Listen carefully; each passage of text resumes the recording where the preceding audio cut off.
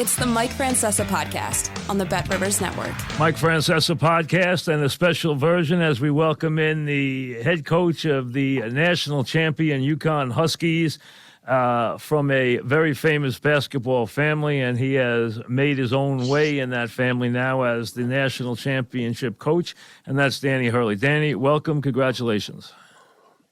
Mike, thanks. It's probably a good time to talk because it's starting to wear off, and I wish I could have played in like the NIT after the NCAA tournament because now it's everything's full throttle. The NBA, the transfer portal, the NIL, it's all going. You know, it's a fascinating equation of things, a combination of things that you have to deal with right now because it's such a different time in college sports. How does a defending national champion deal with, number one, protecting his assets, and number two, being aggressive in this new world of acquisition of players? Yeah, I think at times it's funny during the year. I probably ran up to my staff during the course of the end of last season into this season, and kind of jokingly said, this isn't college. This feels more like the G League. And, I just think that, you obviously have to plan for the future. I constantly, I think, you always have to have a core of young talent in your program on a yearly basis that you can build around. For us this year, it was, we knew we had Hawkins, we knew we had Sonogo, and we knew we had Jackson, a big three. And then you're, through recruiting freshmen and through, portal acquisitions, I think you've always got to have a mentality of trying to supplement the core of your program that hopefully is homegrown and people that understand your culture. Because I think that's what's going to take to be successful. This team, it was such an interesting season. You weren't really talked about that much before the season began. And then you were the best team in the country in December. You were killing people. You went into the conference tournament, leveled off. Went to the conference season, leveled off, and lost some games. And people kind of forgot about UConn. Where were you in January and February, and how confident were you that you would be able to put together this incredible March run? Yeah, well, when you watch your dad growing up and he takes losses like so personal, and they're, like I think in our home, like any type of a failure was looked at as our whole identity. I did not handle it well, and I think that contributed to a really bad month of January. I think it was multiple factors. I don't think it's ever just kind of like one thing. I think it was part me not leading like in a way that could kind of bring us forward. I was holding on, to the losses and the failures instead of getting it fixed and moving it forward. I think some of it was we got away from our identity and we stopped guarding. I think some of it was just the scheduling caught us where it's like we were playing the top 3 or 4 teams in the league on the road back to back to back.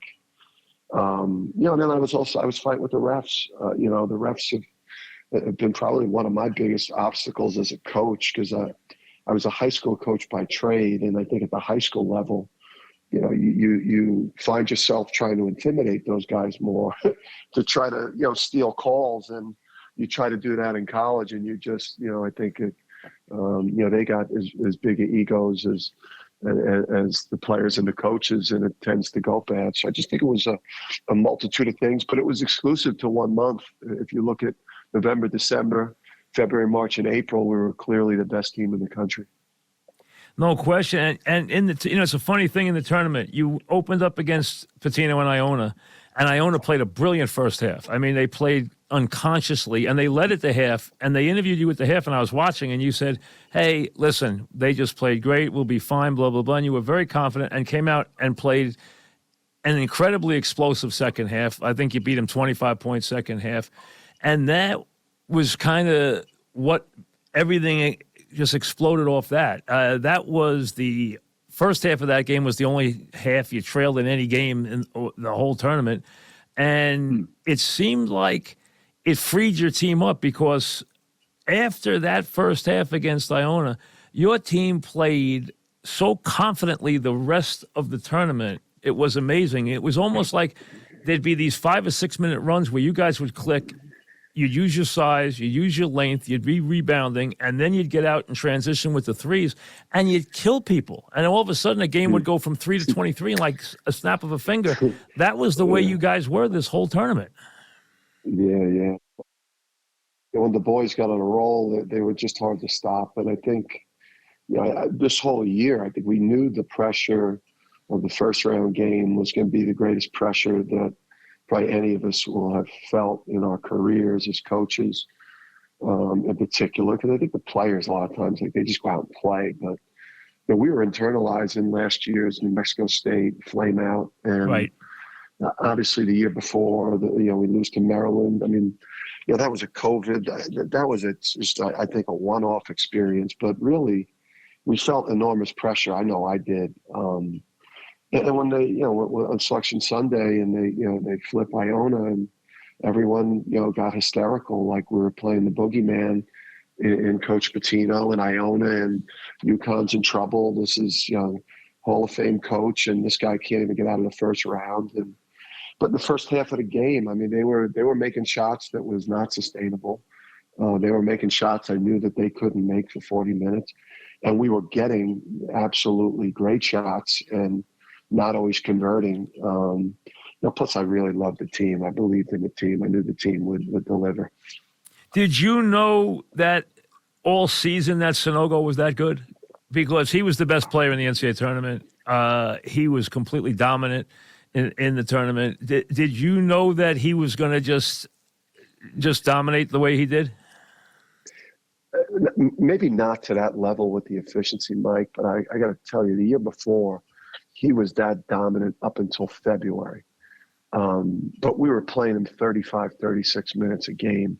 So he flamed out in the Big East tournament and in the NCAA tournament. He just, he didn't have the lift. He didn't have the, he didn't have the strength. He didn't have the life in his body. So just clinging in, having that 7'2" monster. Yeah, he was a big factor. His length was a big factor.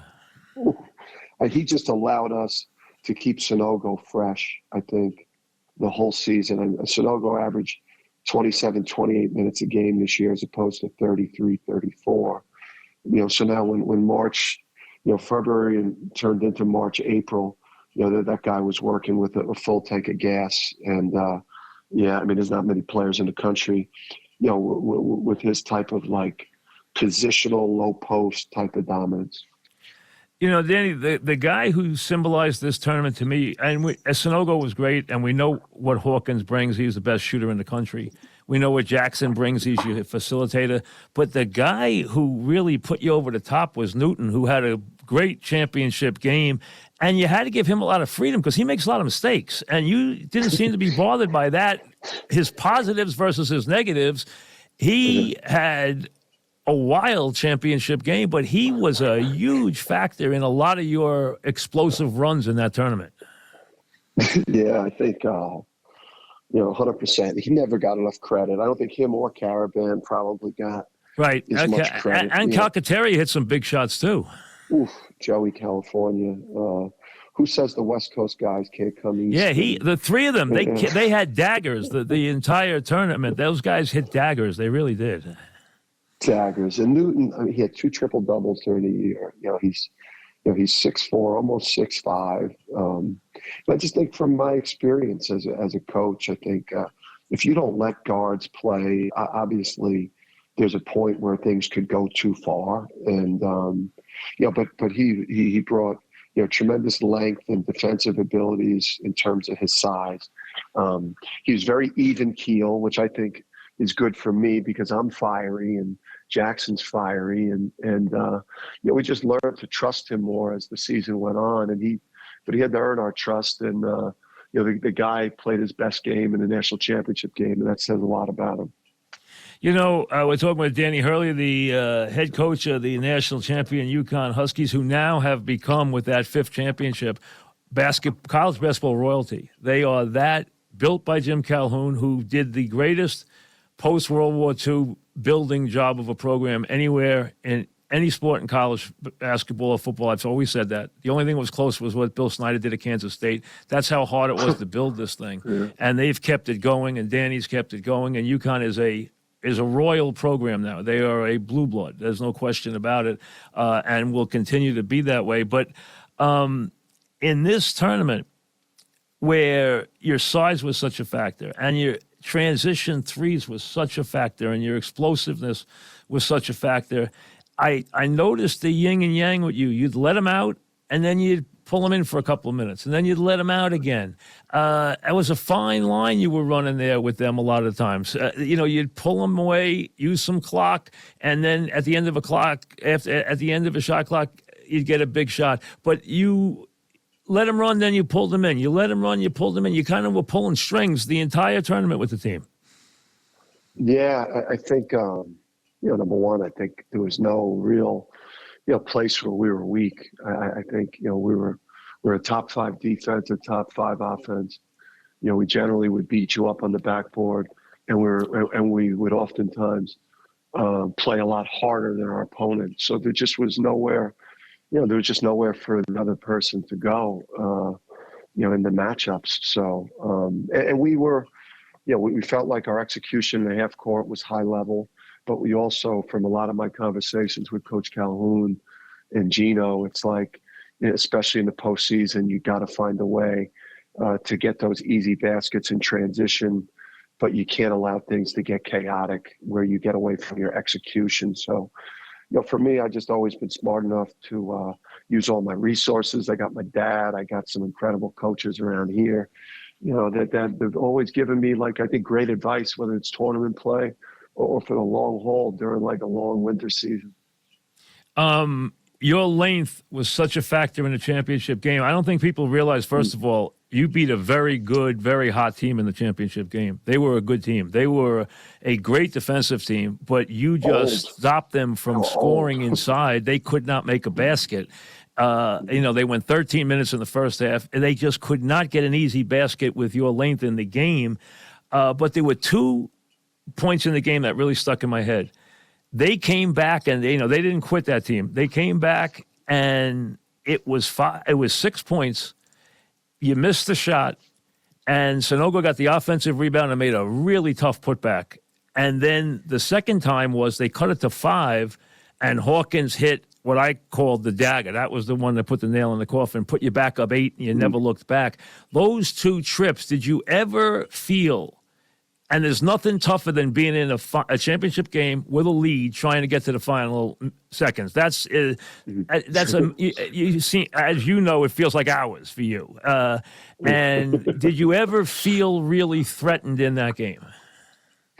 Yeah, I did. I did. I think multiple times. I just kept, when they would make a difficult 3 or a tough shot to cut it to 8 or 5 or 10, I would kind of in my mind say, these guys won't die. These guys are showing that, that championship medal. But I think we, at halftime, I think, and even before the championship game and the Final Four, I kept getting across to our guys, people kept saying that, that we were making it look easy, but it wasn't easy what we were doing. We were doing the hard things, so well, the execution, the screening, the blockouts, making the extra pass, cutting hard, being a great teammate. We were doing all that stuff at such a high level that we were kind of preparing our guys mentally for, either San Diego State or Miami or Gonzaga to make a run at us. Or,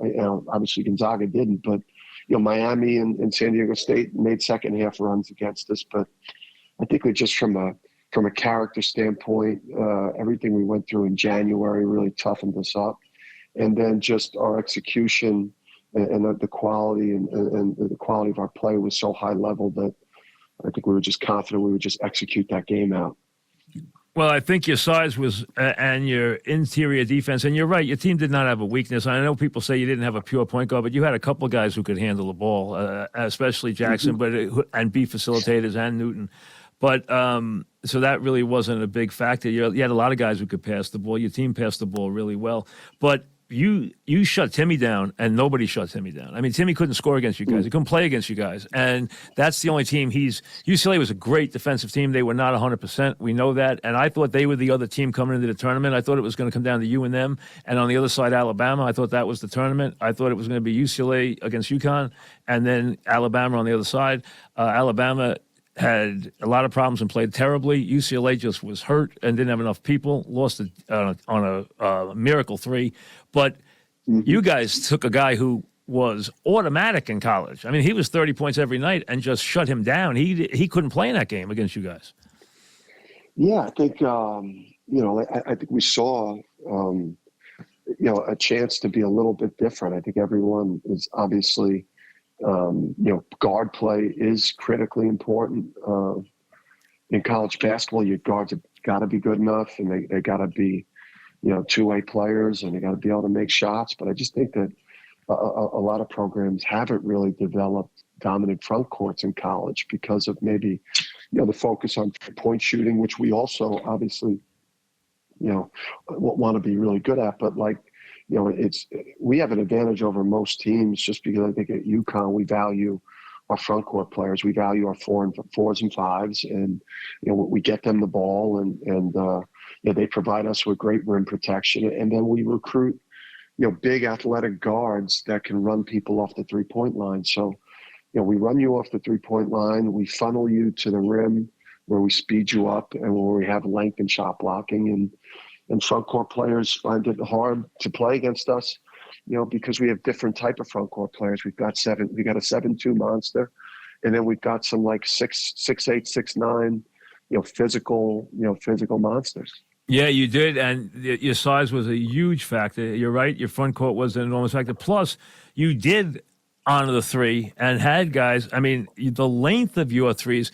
You guys were allowed to shoot. I mean, you let your players shoot threes from anywhere. I mean, they they shot bombs. I mean, during the tournament, Calcaterra, Newton. Well, Hawkins, how the length on his shot. He's the best shooter in the country. But you guys hit not threes, they were 4s. I mean, they hit some absolutely unbelievably long threes in the tournament. Yeah, I let them shoot all the shots that I was too scared to shoot in college, or all the ones I missed in college. I live vicarious through my gunslingers. So, I think, for me, it's like our guys play really, really hard. I think they defend for us at a high level. They share the ball. We're one of the highest assist teams in the country. So I do think, and it's a fine line, and obviously I learned a lot. I coached J.R. Smith in high school. My dad used to come to my games and kind of shake his head at me and the shot selection that I was allowing him at that time. So I've reeled it in like a little bit since then. But my guys play a certain way for me with a certain level of confidence and swagger. At times I have to kind of, bring them in and give them a quick, like, all right, my man, that might have been a step too far. But I empower my players, and they give it to me on both ends of the court and on the backboard, so I give them a little bit extra freedom. How does it feel? And we're talking with Danny Hurley, the UConn head coach, after UConn wins its 5th national title. You come from a family that is a basketball family. Your father is a legendary coach, one of the great high school coaches of all time. Your brother was an All-America player and a very prominent player and coach. And now you win, as the younger brother, you win now a national title at a pretty young age. Now, what does that mean for Danny Hurley? I think it's like, Mike, weird, and it's like evolving in my mind a little bit. Because everything is such a blur, really, from the Elite Eight game with Gonzaga. I mean, we were in 3 different time zones, playing, Albany to Vegas to Houston. The whole thing was a blur. And then, obviously now I think when you've got some more time by yourself and some days have gone by, I guess, for me, it's like finally feel like I'm a basketball lifer from when I was a little kid, and maybe never had that incredible elite success moment as a player, as a coach. I mean, grinding in this thing for as long as I can remember in the game. So I get real emotional just thinking about, like having my moment. Obviously, your brother, 7th pick and 2-time national champion, and he's had his elite moments. And my dad, Hall of Famer, maybe the greatest high school coach of all time and one of the greatest coaches of his generation in basketball.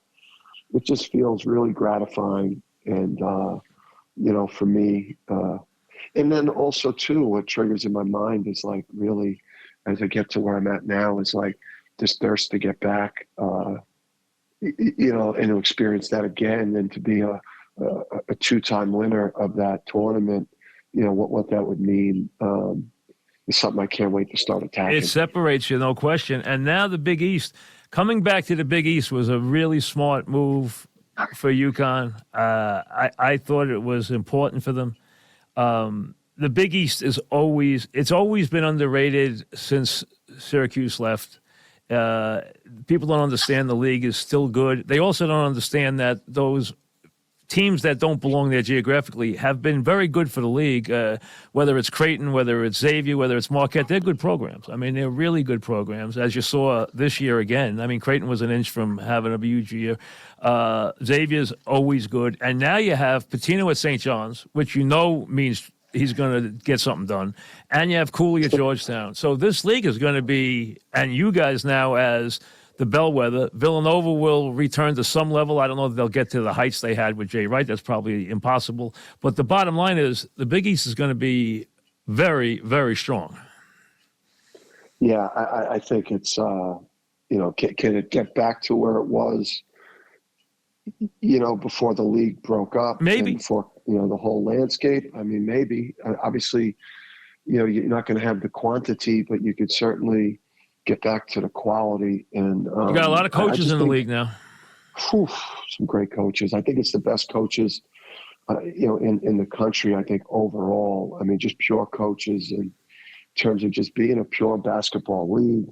But no, the St. John's and Georgetown brands. I mean, getting those programs, up and a factor, closer towards the top of the league. It brings a whole other level of excitement and eyeballs to those matchups, and I think them becoming potentially a factor in March again, and I think it just does a ton for the league, because I'm telling you, the top 4 of our league was better than any other top 4 in the country this year.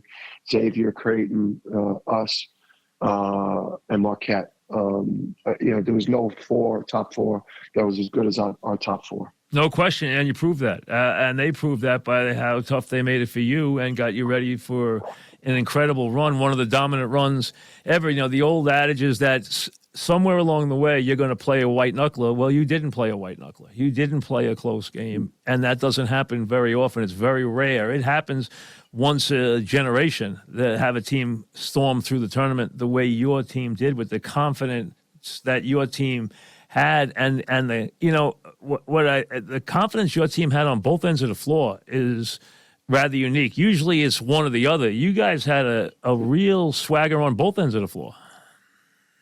Yeah, and I think it's it was a leadership thing from from having these older players. I think that set a tone.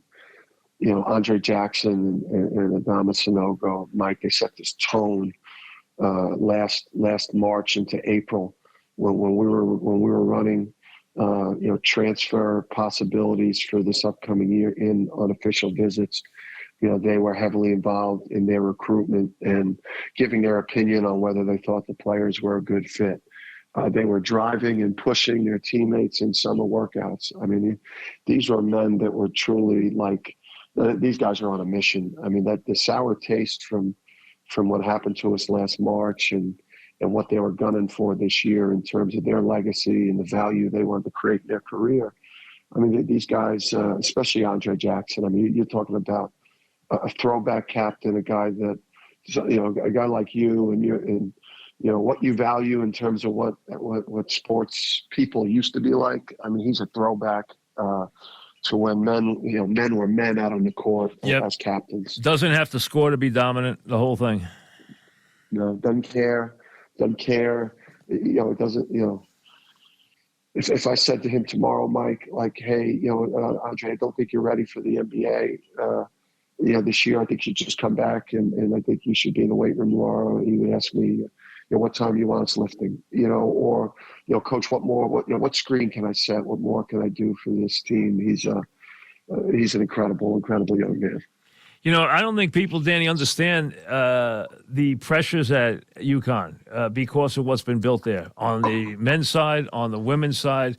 I mean, there are expectations there at that school. A lot of people thought maybe that went away. It never went away, right? No, it's gone nowhere. And it's a different job. I mean, it's very similar to a Kentucky in a sense with the media here. We jokingly call them the Horde, but there's no other college program that has 5 beat writers that travel with you, a couple columnists. Like we travel on the road. We're having, day before game press conferences at the hotel. We don't have pro sports in Connecticut with the Whalers leaving, years back. So we are the state's professional team, men's and women's. UConn basketball is the thing. And when you lose here, I mean, it is all out hysteria on social media. The players all are trash. I'm the worst coach. You've got to have the stomach. You have to have the stomach to coach or play here because the external noise is loud. And, you do feel pressure in the first round or two of an NCAA tournament because of the history. But then I think once you get through that first weekend, maybe now you start believing in, maybe it becomes a super positive. The game has changed so much, Danny. You're looking at it now from a standpoint of being a defending champion. A lot of people, let's be honest, guys have left the sport because of the portal. They found that unsavory. They didn't want people recruiting their players. They didn't want to go through this process. They didn't want this whole thing.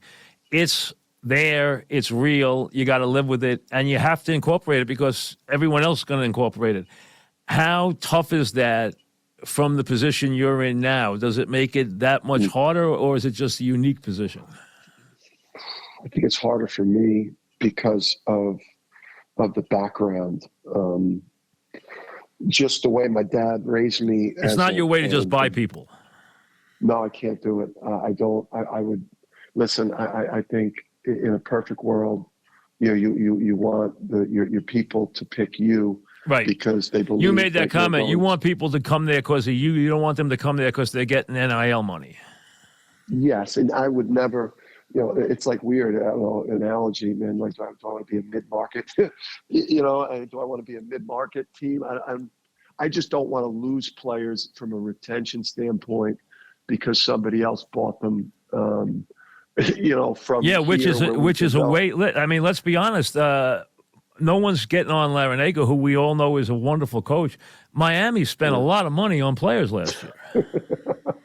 Yeah, it is. I mean, and for me, I'm a truth teller. I can't lie to my seventh man on this past year's team and bring him in here and say, hey, man, you're going to be a starter next year and, this, that, and the other thing and promise him, a bunch of things. I mean, for me, it's like, I think that's why I have a great culture with my teams, and maybe I may struggle with some of this transactional things that are going to now go on moving forward. But my hope is that there's just enough people still out there. We've got the top recruiting class, or one of the top 3. Right. But how do you protect what you have too? I mean, how do you, as you just said, you're not going to lie to guys and you're not going to buy guys. That puts you in a tough spot. Yeah, I think it's like, Klingon. I'll take Klingon, for example. He's a guy that this past year, and we've always been able to recruit players like this. There's still enough of them out there. I think it's like, Donovan Klingon, probably could have got picked somewhere in the 20s. If he would have declared, I think he would have definitely, that would have happened for him. But he comes from a great family. He has very reasonable people around him, and and he's very self-aware. So, instead he's going to return and he's going to be one of the biggest stars in college basketball next year, and he's going to be a lottery pick. So I do think that there's and he's going to be able to take incredible advantage of the NIL, while he's here. So I do think that there's still a lot of people out there like Donovan Clingan and Andre Jackson and Alex Caravan and some of the people that we've built this with. And there's a fine line between going out and just recruiting players the old way and now adding the portal in. Do you believe you have to participate at least in some level in the portal aggressively as far as acquisition, or do you think you can ignore the portal?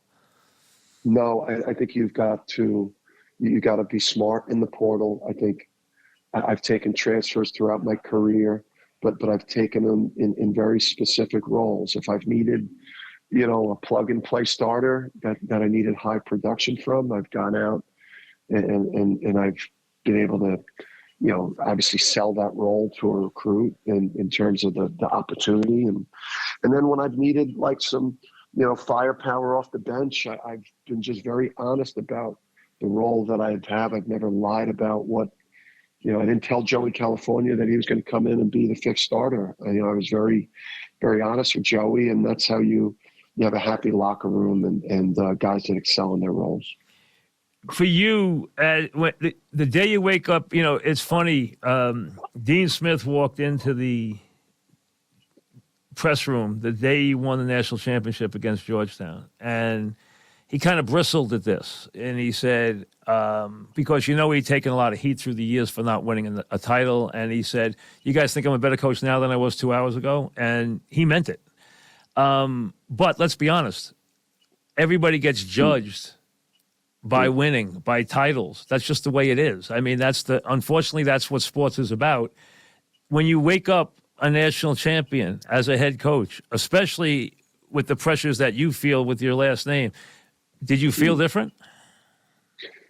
I gotta say, definitely a different level of confidence. For me, and again, it's not, the NCAA tournament is hard, right? Because it's not, there's no home court advantage, or at least it's rare unless you guys made it look easy this year, but it is very hard. It's very hard. I mean, when people should realize how talented a team Alabama was or Houston was, and they didn't get there. They had an injury, maybe that off the field thing bothered Alabama. Who knows what it is? But everything has to be right all the way through, and it's a bounce of a ball, and you're gone. So you made it look easy this year. It's not as easy as you guys made it look. No, it's not a best of five. You don't play at home. If you're a higher seed, it's very, very rare that you get some like huge geographical advantage, like UConn playing at MSG and the Sweet 16, Elite Eight. We didn't.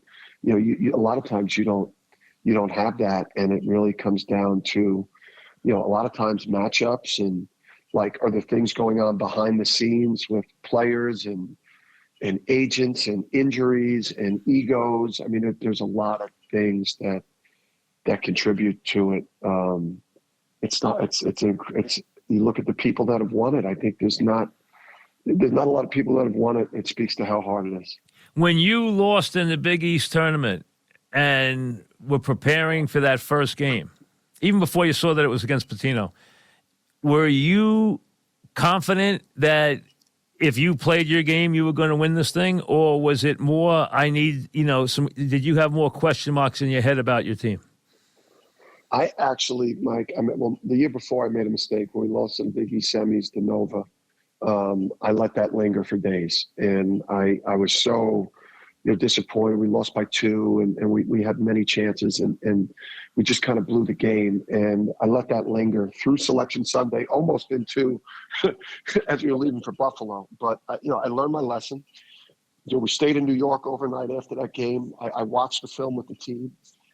And then we buried it in our hotel in New York. And then we were nothing but joy getting ready for the tournament. But I was actually like super confident because I thought Marquette was truly a team that could make the Final Four. They were tremendous. Shaka did an unbelievable job. And Tristan Newton and Hawkins went 4 for 21 in that game. And Andre Jackson played 13 minutes with foul trouble. And we still had 2 or 3 wide open threes. Yep. under 2 or 3 minutes to win the game versus one of the best teams in the country. And I knew we weren't going to shoot like that again. And I knew that Andre Jackson hopefully wouldn't be in foul trouble like that again. So, I mean, I was disappointed we didn't win the Big East, but I knew we had a Final Four. And you were in my mind, you were in the hardest bracket because I thought I had 8 teams that I thought could win the whole thing, and 4 of them were in the West. Kansas, UConn, Gonzaga, and UCLA I thought could all win the whole thing. And Kansas got knocked out, but I thought that was a rough bracket. I mean, Arkansas was a talented team. You guys manhandled them. I mean, and then Gonzaga, you embarrassed. I mean, so you guys were just overwhelming, but that was a very, very strong top-heavy bracket. When we saw it, it was wow. Because I thought UCLA was one of the 3 best teams in the country all year. They just weren't healthy for the tournament. Yes, no doubt. And them and Kansas and Gonzaga and even St. Mary's. If you look at the analytics, good team. I think there were 5. We were 5 of the top 12 Ken Palm efficiency teams. Were all in the West, and then obviously Arkansas preseason was a top 10 team in the country with 2 lottery picks and 2 other guys that are like late first, early second. So 4 draftable players, with Arkansas. So yeah, I mean, we saw it. And then obviously the Iona matchup, that was probably one of the more exciting, games in terms of the buzz with Pitino. Everyone knew worst kept secret in college basketball was that coach was going to St. John's. Right. I think I even said to him after the game, like, Coach, I guess I'll see you at the Big East meetings in May. And he's like, nah. It's like, no. His presence, Cooley at Georgetown, it's going to make the league more fun. It is, because they've been down for a long, long time. It's going to make the league more fun, maybe not from your perspective, but and I'm sure Villanova will come back to some level. They were very disappointing this year, but, they're going to get players, that. So it's going to be a fun league. It really is. It is, and it's like these fan bases, because they're all, they're huge basketball schools. Obviously, Jim Mora did a great job with UConn football this year, and that is only going to get bigger and better. But like all of our universities and students and fans, I mean, they're just all in, waiting for the winter season to start, and it's like going to be a reality show next year. I mean, somebody should come in and do like an all-access reality show with all the different high-level coaches and the big personalities. I mean, it's going to be wild. One last thing here. We're talking with Danny Hurley. Your dad was prominent. Anyone in the East, anyone from our area, everyone knows the legend of your father. He could have been a big college coach 1,000 times. He didn't want to do that. We all know what he did. We all know how he did it. We all know his background. The success you guys have both had in basketball. What was his reaction to being not only part of this ride, because I know he was probably in the room with you breaking down film the whole time, every day, and everything else, because that's what he is. What did you see in his eyes when you won the championship? It was a lot. I think it was emotional. I think just the whole way through. And my dad's dealt with some minor health things that popped up over the last 18 months. Right, which happens with everybody when you get old. That's it. Yeah. Yeah. I mean, it's as tough as he is, and as tough as he's always been. I mean, I probably had conversation with my wife really when I realized I had a top team, in November, December, where I started talking to her about like feeling that pressure to bring him along on to a Final Four, to experience a national championship, with just all the way he showed how much he loved me and my brother through the time he invested in us in the game, and just how our relationship and family was built around basketball. And as he's gotten older, kind of that internal pressure to like wanting to bring your dad to the Final Four with you as you're participating in it, and proving yourself maybe, like I'm the college version, I think, of how my dad would have coached, only just a little worse. That's how I try to, just how much worse, I don't know. If I win another one, maybe I'm getting closer. Maybe I'm not that much worse. But it was special, man. And to see him cry and to see him just have that type of emotion. Did you see a lot of emotion from him at the Final Four? I did, and I've never really seen it like that. I mean, I would think it would be. You got to think, having sons myself, when you see them accomplish something, you can't believe how meaningful it is. No matter what you did in your own life, it's just different when it's your boys. It just is different. And I could imagine what that's like for him watching you do this and watching you go through this. And listen, that could have been his path. We all know that. He could have gone and done that himself, but he still lived it, and it meant as much. I can tell you right now, it meant as much to him with you doing it as him doing it, or maybe even more. But the bottom line is, I just wondered what his reaction was, because he's always been this stoical, tough guy, Yeah, I've never seen him cry like that. I probably haven't hugged him as much as that. Oh, good. Yeah. I never probably hugged him as much as I did for those 3 weeks. So it was that meaningful for him to be part of that ride. It was, and he was at every shoot around, and he had a chance to reconnect with PJ and Stan Van Gundy. There was a lot of people along the way that, Jim Larinaga, like people that he's had a lifelong relationship with that. He was in and around. And well, you saw PJ was emotional at the table when you could see him. They cut to him on the camera, then because we saw PJ there. So the guys who were part of your basketball past growing up, that there's a lot of them. Yeah, me and him were both crying too. I was crying with my dad. I was crying with PJ. I was just crying, period. At the drop of the hat, you're pulling up in there. No, it's like, Mike, I was, a high school coach in Newark, 9 years, and How long you been dreaming for this? You played this dream out. How many times you played this dream out in your head? 1,000? A million? I think, from when I was a young assistant at Rutgers, you get fired, you go back, you go to high school level to rebuild that dream and career. And obviously I had to do it at every level. And I think that's why, the journey's been so gratifying. And I've always obviously had tremendous ambition, to kind of keep persevering, because I wasn't born at UConn. I didn't kind of had to do this at every level to get here, and I'm proud of that. You should be. It's been a great run. Congratulations. Thanks for a little while, and I'll see you along the way next year. Send my best to your family.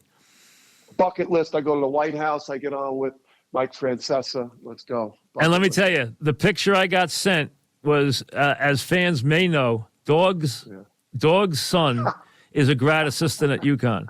And the picture I got sent by my old partner at the Final Four was Timmy Russo, who I remember when he was born, climbing up the ladder to cut down the net. And I sent him a message. I said, this is something that I and your dad never got to experience, so you one up on us. There he was, cutting down a net at the Final Four, so good luck for him. And I know you have Bill Murray's kid there, too, and you got Timmy Russo there, too. So we were following that, too. And Dog was the biggest UConn fan, at least for this year. He was the biggest UConn fan of all time.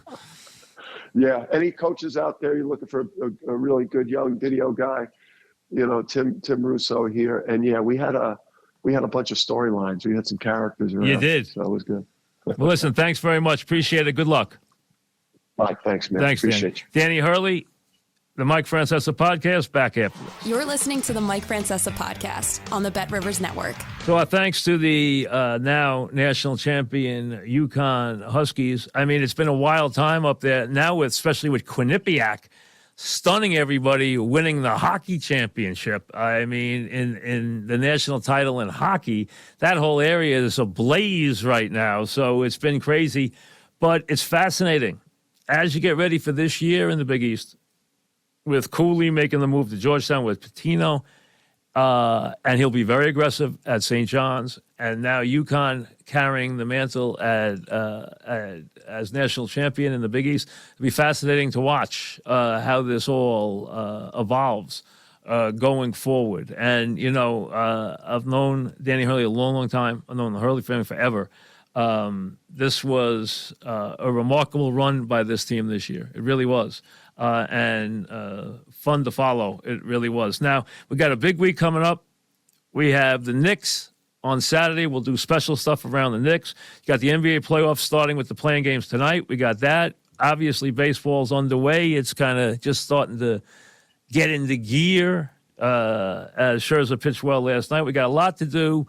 NHL will be in the playoffs before you know it, and we like that too. So it's a very, very busy time.